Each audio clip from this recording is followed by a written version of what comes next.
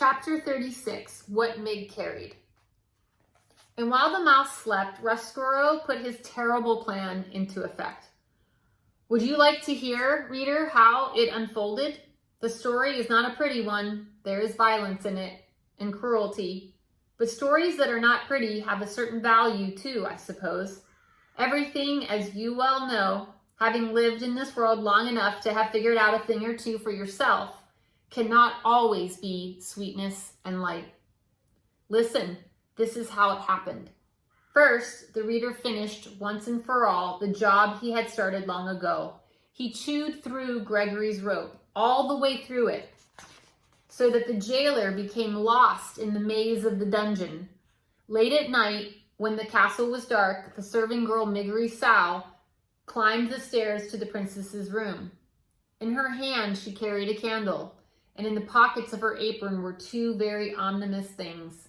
In the right pocket, hidden in case they should encounter anyone on the stairs, was a rat with a spoon on his head and a cloak of red around his shoulders. In the left pocket was a kitchen knife, the same knife that Despereaux had used to cut off the tail of a certain mouse. These were the things, a rat and a knife and a candle, that Mig carried with her as she climbed up the stairs. Gore, she shouted to the rat. It's dark, ain't it? Yes, yes, whispered Despereaux from her pocket. It is quite dark, my dear.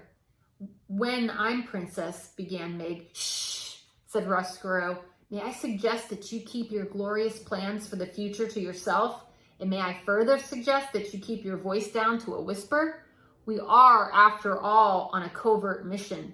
Do you know how to whisper, my dear? I do, shouted Mig. Then please, said Despereaux, please institute this knowledge immediately. Gore, whispered Meg. All right. Thank you, said Despereaux. Do I need to review with you our plan of action? I got it all straight right here in my head, whispered Mig, and she tapped the side of her head with one finger. How comforting, said Despereaux. Perhaps, my dear, we should go over it again. One more time, just to be sure. Well, said Mig, we go into the princess's room. She will be sleeping and snoozing and snoring, and I will wake her up and show her the knife and say, if you does not want to get hurt, princess, you must come with me. And you will not hurt her, said Despereaux. No, I won't, because I want her to live so that she can be my lady-in-waiting when I become princess. Exactly, said Despereaux. That will be her divine competence. Gore, whispered Mig. Yes. Mig had, of course, no idea what that meant, but she very much liked the sound of it, and she repeated it over and over to herself until Despereaux said, and then? And then, continued Mig, I tell her to get out of her princess bed and come with me on a little journey. Ha, said Despereaux, a little journey, that's right. Ha, I love the understatement of that phrase. A little journey. Oh, it will be a little journey indeed. It will. And then, said Mig, who was now coming to her favorite part of the plan, we take her to the deep downs and we gives her some long lessons in how to be a serving girl. And we gives me some short lessons in how to be a princess. And when it's all done studying up, we switch places. And I gets to be the princess and she gets to be the maid. Gore.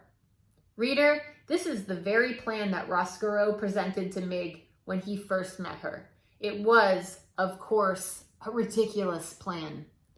No one would ever, not for one blind minute, mistake Mig for the princess, or the princess for Mig. But Despereaux, as I pointed out to you before, was not the sharpest knife in the drawer. And reader, too, she wanted so desperately to become a princess. She wanted, oh, how she wanted, and it was because of this terrible wanting that she was able to believe in Despereaux's plan with every ounce of her heart. The rat's real plan was, in a way, more simple and more terrible. He intended to take the princess to the deepest, darkest part of the dungeon.